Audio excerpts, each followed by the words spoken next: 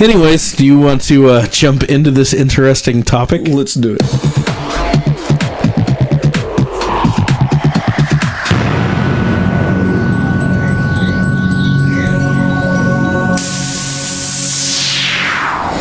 All right.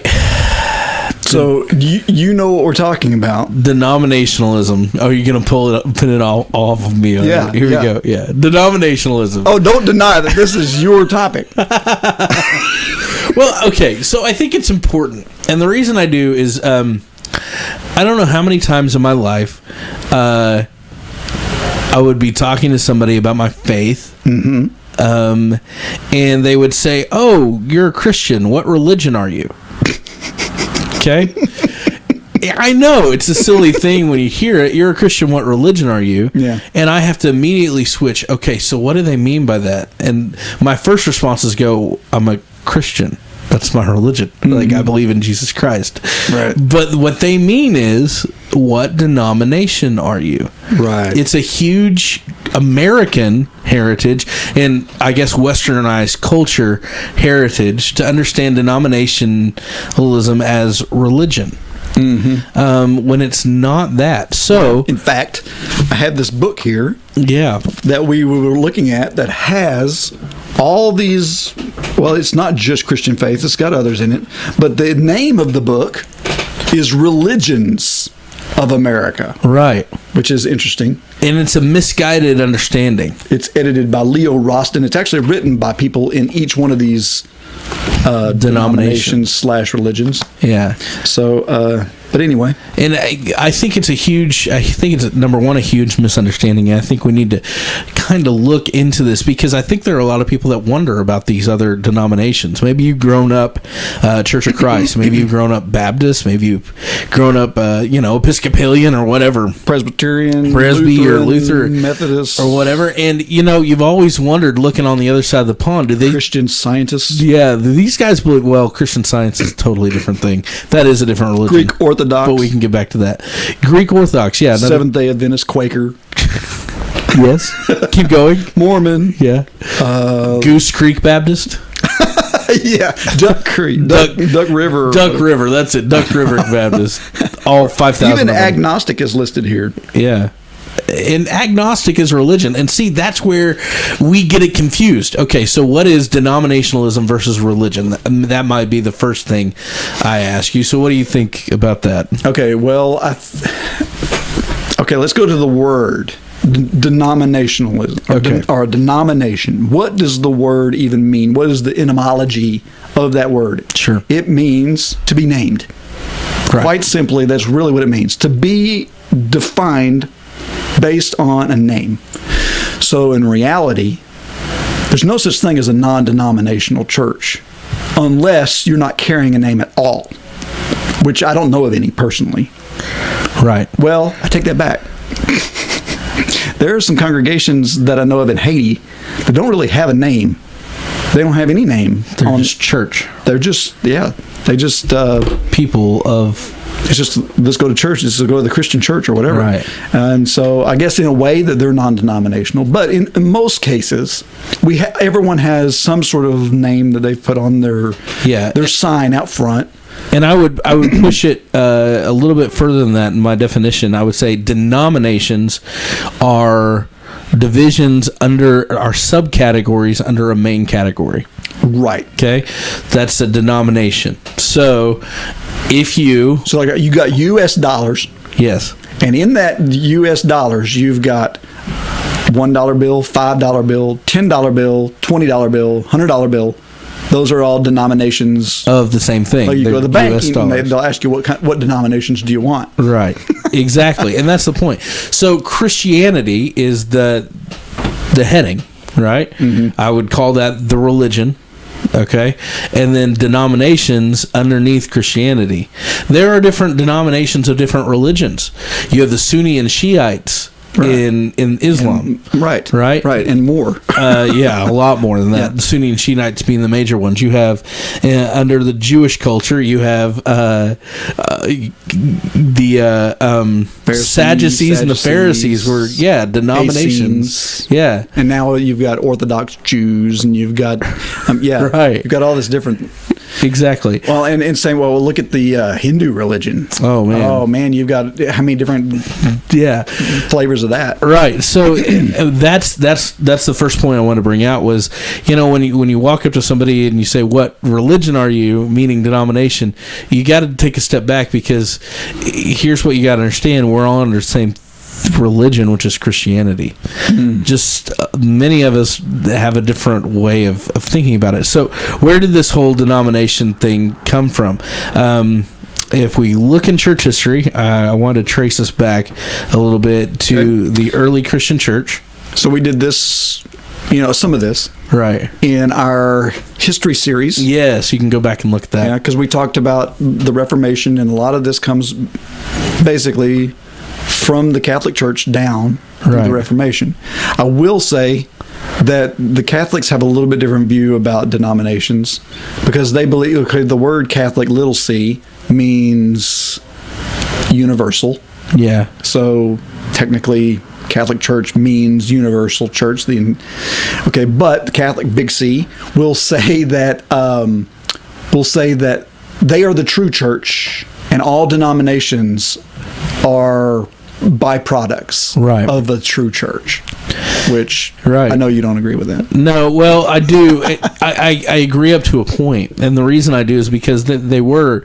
I believe that every other denomination that we have today, it mostly is an offshoot of the Roman Catholic Church. Right. Well, even our practices, carry a lot of Roman Catholicism. That's right. People don't realize that. People don't like to have that. In fact, and people are going to go, mine doesn't. Yeah. Well, let me tell you. Are you sitting in pews? Case in point. Is there a pulpit at the front of the building? Right. Okay. You got that from the Catholics. Right. And some of us went so far as to take our priests and call them, instead of father, brother, right? And some of us went so far as to take our priests and strip them of their robes, and so they wear a suit instead. Or maybe today you have a hip and cool preacher who's got the Hawaiian shirt and the Bermuda shorts, but the reality is the same thing. It's an echo of the past, the way you. Well, my argument would be that the Catholic Church may be where we have branched from, but that doesn't necessarily mean that the Catholic Church is the true church. Absolutely not. I think there was 1,000 years of corruption that led to the Reformation. And we need to get to that. Because the whole idea of Reformation is to reform. Right. In other words, form it back to the way it was, trying to get back to. If it wasn't reforming, it'd just be forming. Right.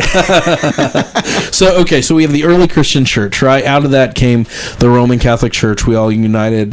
Constantine, you had the Roman Catholic Church that was the powerhead, actually controlled the world for a long time. Right after the formation of the Roman Catholic Church, you have the Eastern Orthodox split. This is the first denominational split ever. Yeah. The Roman Catholic, Eastern Orthodox. From the Eastern Orthodox, you have the Greek Orthodox, you have the Russian Orthodox. The Eastern Orthodox did almost everything the exact same way the Catholics did, but they had it with a different focus, a different way. They had their own pope. And so the important thing to remember here is the reason why that split happened was political as much as it was because you had the Roman Empire split. That's right. You had an Eastern and a Western Roman Empire. Right. So the Byzantine Empire and the Holy Roman Exactly. So anyways, and it's good to point that out, because every major split that's happened has some kind of a political connotation with it. Martin Luther, he wouldn't have had his Lutheran church if he hadn't have been babied by a German prince, right? Who took care of him and made sure he was all right. And then you have the Church of England, which was split because good old King George wanted to have his divorce, and the Roman Catholic Church wouldn't let him. So I mean, there's a lot of political stuff that goes into this. But besides that, so you have the Reformation happens, right? You have Lutheranism, you have Anglicanism, and you have the Reformed Church. Those three different things. And then you have this weird little offshoot called the Moravians. Let's back up there for a minute. Okay. If Luther is the chief reformer, good. It's a good break. Why is there a Lutheran church and a Reformed church? That's great. That's a good question. The Lutherans stopped at Luther, basically. The Reformed Church moved past Lutheranism.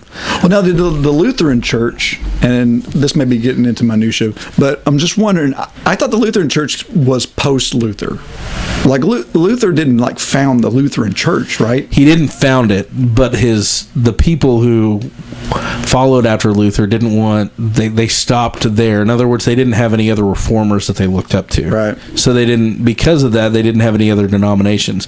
So you had other reformers. You had the Church of Scotland, the Anabaptist, the Presbyterians, and we know Calvin was the Presbyterian guy, right? Yeah. So you had other reformers besides Luther, right? So the Lutheran, actually, it quit with the Lutherans, but from the Anglicans, which is the Church of England. See, a lot of people think that Luther was the only reformer. The problem is Luther wasn't the only reformer. The Anglicans... There's actually a lot of reformers. Right. The Church of England, which was a political reformation and used a lot of Lutheran argument in their political reformation. Mm-hmm. There were a lot of people that agreed with Luther in his argument of salvation in the Anglican Reformation. Edmund Spencer, some of the other great writers of that time. Oh my gosh, Tyndale was you can say he's kind of a father of the Anglican reformers, right? So from the Anglican Reformation, you actually had Congregational, you had the Baptist, Episcopalian, you had the Methodists from the Anglican Church, you had the Seventh-day Adventists, Holiness, Quakers, you had the Puritans off of the Anglican split, right? You had the Church of God in Christ. You have the Church of the Nazarene. You have the Assemblies of God. You have the Church of God. You have the Church of Christ. You have the Calvary Chapel, the Vineyard churches, right? All that different. And these were, a lot of these were actually Baptist splits, either Baptist or Methodist split, right? Most of those come, I think, Presbyterians, right? Church of Christ was that a Methodist or a Baptist? Presbyterian. Was it? Mm-hmm. Yeah. There was a movement in the late 1800s that is often referred to as the Restoration movement. Oh, the Restoration, founded by Alexander and Thomas Campbell. Campbellites. And they were Presbyterians, and it was actually a unity movement. Okay. It was actually trying to unify some of this division. Right. And that kind of went south over the years. What I'm using, I think, has a wrong little list, because they have the Anabaptists, that's your Amish Mennonite people that are still here today. Right. They're under the Anabaptist movement. And then you have Presbyterian, I guess Church of God, or Church of Christ, is then it'd be under the Presbyterian. These are under the Reformed section. Man, you have a book sitting on our table that's literally 5 inches thick of it's huge denominations. And there are so many different denominations. And the thing about it is, if you're part of one of these denominations, chances are you might not agree with what I'm actually reading from here whenever I pull up your section. Yeah. And I mean, I know, having a Church of Christ background, I never would have agreed with some of the stuff that's listed in here. And I think you could probably say the same about the Baptists. Oh, yeah. And whatever. And a lot of that is because there are things that define us based on these denominations. But then there are a lot of baggage and assumptions also about these denominations that not everybody in those denominations believes. Right. Right. So why do denominations happen? What's the number one reason why there are different quote unquote denominations today? Is there a number one reason? I think there's lots of reasons. when you stop and think about it. There could be good reasons and bad reasons. Yeah, definitely. I do think the number one reason is usually theology. Right? They split on a doctrinal belief. For instance, you have the Free Will Baptists, right? Versus the Reformed Baptists. Okay? And they split because obviously the whole Calvinism debate. But you also have let's pick a little bit on the Southern Baptist, of which that's my background. The reason the Southern Baptists are Southern Baptist as a denomination, the only reason is because we disagreed with the Northern Baptists who split off of us on slavery. Oh, really? Yeah. During the Civil War, we believe that it was God ordained. I say my denomination believed that it was God ordained that slavery that we should own slaves, and that was their lot in life, biblically speaking. And we'd argue some wrong biblical translation, and so what ended up happening was the church split.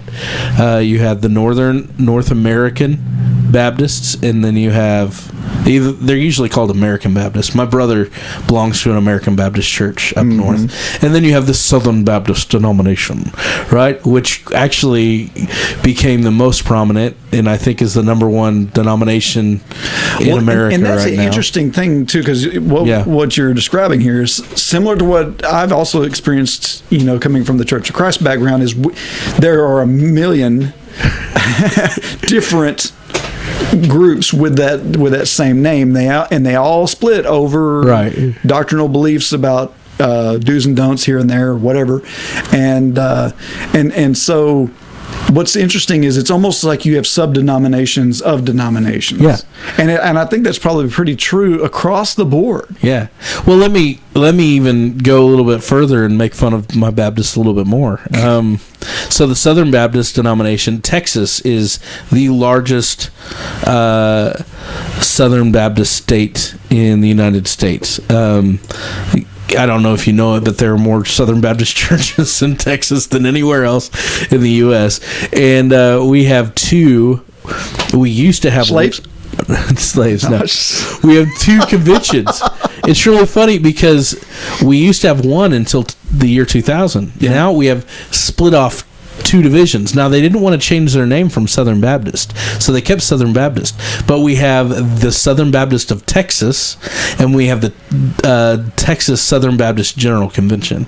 And these two, even though they work together, disagree on doctrinal issues, namely women in the pulpit, and so they split. They had a denominational split, even though they're the same denomination. Right. Yeah. So you have all this, going on, and this was as early as 2000. The year 2000 is when this happened.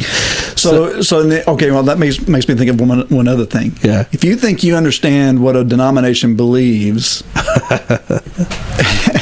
then you almost have to really poll everybody in the denomination. That's right. Because, just like, for example, you said this, you've got a division within the Southern Baptist Convention, which is, by the way, a division off of a bigger Baptist umbrella. That's right. But so this little division is women in the pulpit. Yeah. So anyone who says, well, I know what Baptists believe about women in the pulpit because I've got a friend who blah, blah, blah, blah, blah. Well, you don't know what they believe because, that's right. Because one group is going to hold to that while another is not. Yeah. And it's the same way in any group, I think. There's, Church of Christ is known for their non-musical instrument thing. Well, but there are churches of Christ that use musical instruments. That's right. So I was blown away the first day I found out that Max Lucado was Church of Christ. I was 100% blown away. I went, how in the world is that guy, who all his books are simply about justification by grace? Yeah. That's it. That's all he writes about. And I met him, and I thought he was a Baptist. Right? So, this is, it goes to show you that. Why? Because he's in Texas? Yeah, exactly. No, because he was wearing a tracksuit and he came to my Christian Baptist school to talk. Oh, okay, gotcha. The tracksuit was a it was an Adidas tracksuit. He was wearing an Adidas tracksuit. Thought that guy's pretty awesome. Anyways, no, but that, I mean, it just goes to show you we are so fragmented denominational wise, that you cannot write a book and cover every denomination. Right. Anymore. This book doesn't even come close that I've got here. Right. The truth is, we are in, I would describe it as a post-denominational world. Right. So, is there ever a time when... Is that because of the outcropping of so-called non-denominational churches, would you say? Because it was becoming more of a thing. Yeah. Well, I think it is, but I think it's more that we want. Yeah, it is. I mean, more and more, like Southern Baptist churches. If you're doing a church plant, 9 times out of 10 now, they don't have the name Baptist. And it used to be First Southern Baptist Church, Second Southern Baptist Church, New Hope Southern Baptist Church. Right now, it's